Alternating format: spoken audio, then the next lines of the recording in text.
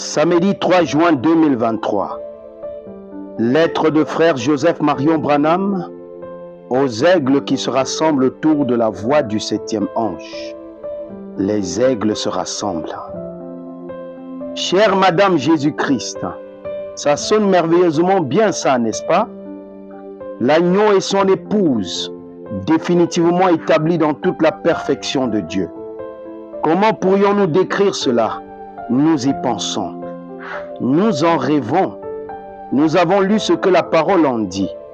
Nous le voyons partager sa propre sainteté avec nous. En lui, nous sommes devenus la justice même de Dieu. Quelle joie cela nous procure quand nous appuyons sur lecture et que nous entendons Dieu lui-même nous parler par son ange puissant et nous dire ces choses. Citation. Tout ce qu'on peut trouver dans cette vie, aussi satisfaisant, aussi bien et bon que ce soit, n'est rien, mais en Christ, vous trouverez la somme de toute la perfection. Tout s'estompe et devient insignifiant à côté de lui. Fin de citation. Frère Joseph continue. Il nous dit que nous aurons un nom nouveau, son nom. Son nom nous sera donné quand il nous prendra avec lui. Ce sera plus merveilleux que nous ne pourrions jamais l'imaginer. Nous suivrons l'époux partout où il ira. Il ne nous abandonnera jamais. Nous serons toujours à ses côtés. Nous partagerons son trône avec lui. Nous serons couronnés de sa gloire et de son honneur. Citation.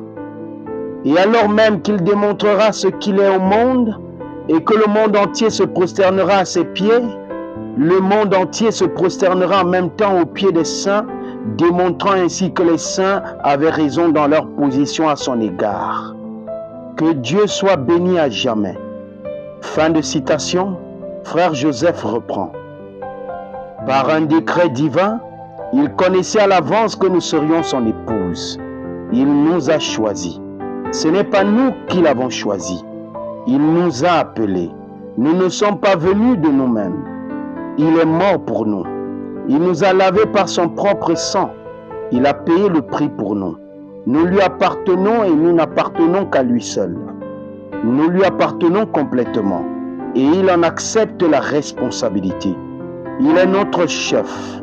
Il nous parle par son ange et nous obéissons car cela fait notre joie. Du commencement à la fin, tout le message sur les bandes vient de Dieu pour nous. Que cette vie soit en nous, que son sang nous purifie, que son esprit nous remplisse, que sa parole soit dans notre cœur et notre bouche, que ses meurtrissures nous guérissent, que ce soit Jésus et Jésus seul, non à cause des œuvres de justice que nous aurions faites. Christ est ma vie, ce message est notre vie, car c'est Christ. Citation. Oh, il y a tant de voix dans le monde, tant de problèmes et de besoins qui insistent pour avoir notre attention. Mais aucune voix ne sera jamais aussi importante et aussi digne de notre attention que la voix de l'Esprit. Alors, que celui qui a des oreilles pour entendre, entende ce que l'Esprit dit aux églises. Fin de citation. Frère Joseph conclut. Dieu a une voix pour ce jour-ci. Cette voix a été confirmée par la colonne de feu comme étant la voix de Dieu. Il n'y aura jamais de voix qui soit aussi importante et aussi digne de notre attention que la voix sur bande pour aujourd'hui.